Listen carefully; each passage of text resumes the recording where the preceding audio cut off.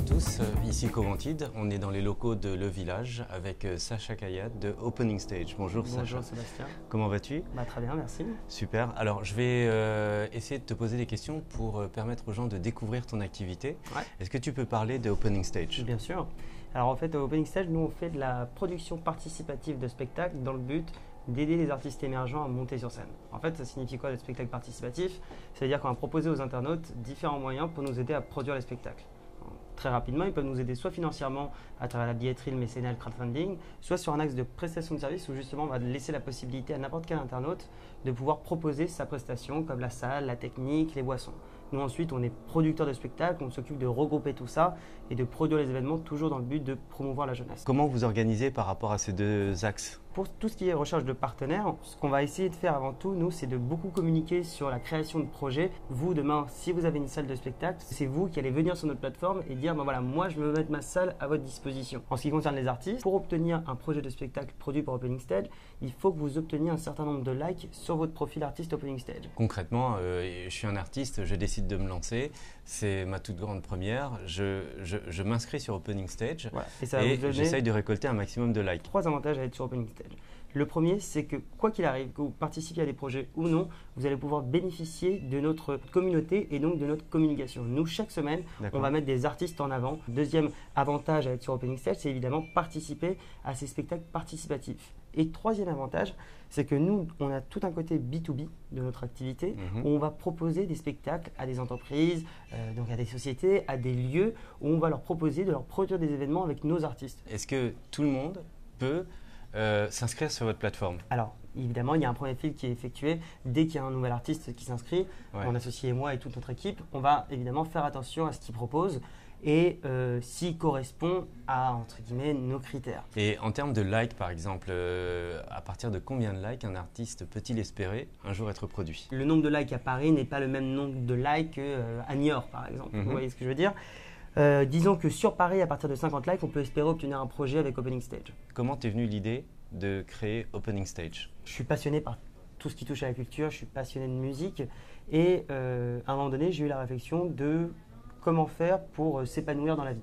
Comment faire pour aller au travail tous les matins et se dire waouh, c'est quand même génial ce que je fais. À partir de ce moment-là, j'ai réfléchi à qu'est-ce qui manquait dans la musique, par exemple.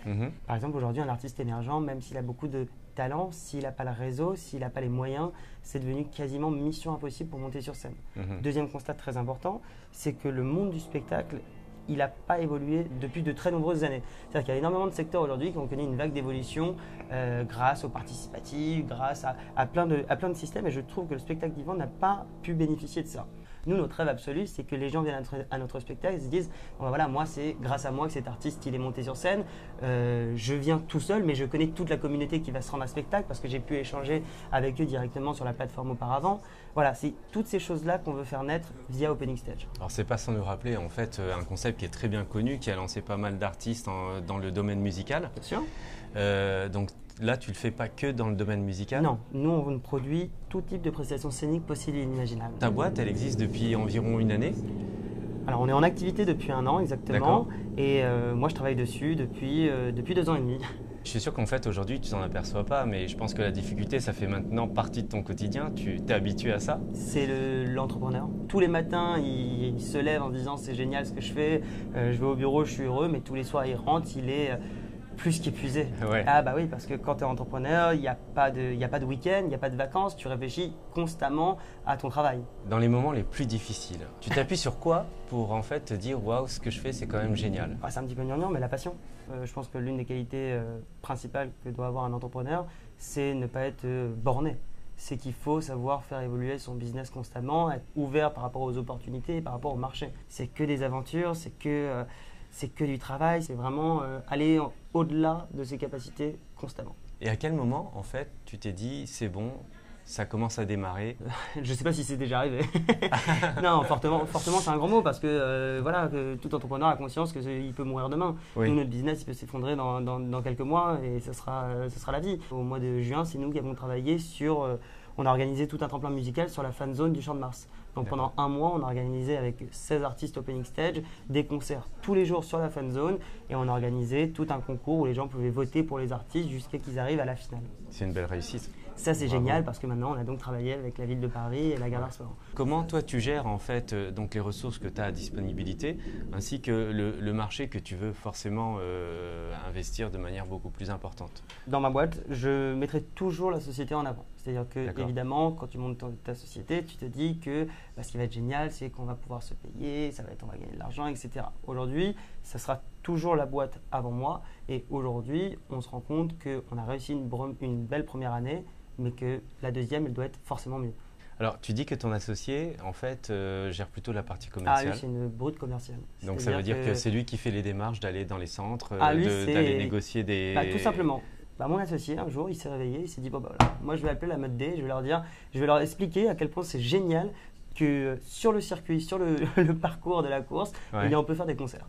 Ouais, ça occupe les gens. Non, mais c'est très fort. C'est très intelligent. Voilà, il va très vite dans sa tête et il trouve beaucoup de business. Tu as mis du temps pour trouver ton associé ou c'est des affinités que… Non, j'ai mis du temps à trouver mon associé. C'est-à-dire que moi, après avoir bossé tout seul pendant 1 an et demi, j'en ai conclu que travailler seul, c'était très compliqué.